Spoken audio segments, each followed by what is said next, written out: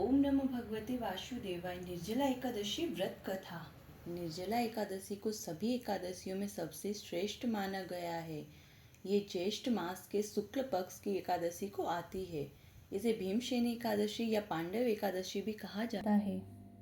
महाभारत काल में 5 पांडवों और माता कुंती भगवान विष्णु की भक्ति करते हुए सभी एकादशी व्रत रखते थे।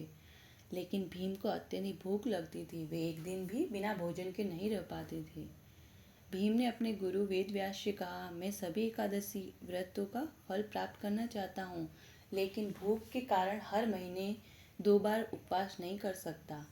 तब वेद व्यास जी ने कहा कि यदि तुम ज्येष्ठ शुक्ल एकादशी के दिन सूर्योदय से लेकर अगले दिन द्वादशी तक बिना अन्न और जल ग्रहण किए व्रत रखो तो तुम्हें वर्ष भर की सभी 24 एकादशियों के व्रत का पुण्य प्राप्त होगा।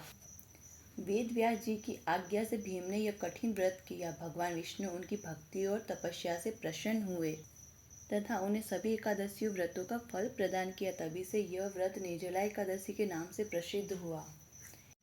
इस दिन भगवान विष्णु की पूजा की जाती, अन्न और जल का त्याग कर उपवास रखा जाता है। दान पुण्य, विशेषकर जलदान, छात्रा, वस्त्र और फल का दान शुभ माना जाता है। मान्यता है कि इस व्रत से समस्त पापों का नाश होता है और मोक्ष की प्राप्ति होती है। निर्जला एकादशी का संदेश है कि यह संयम, श्रद्धा और भगवान विष्णु के प्रति भक्ति और जीवन में आध्यात्मिक उन्नति की प्राप्ति होती है। भीमसेन द्वारा किए गए इस व्रत के कारण इसे भीमसेनी एकादशी भी कहा जाता है। ओम नमो भगवते वासुदेवाय।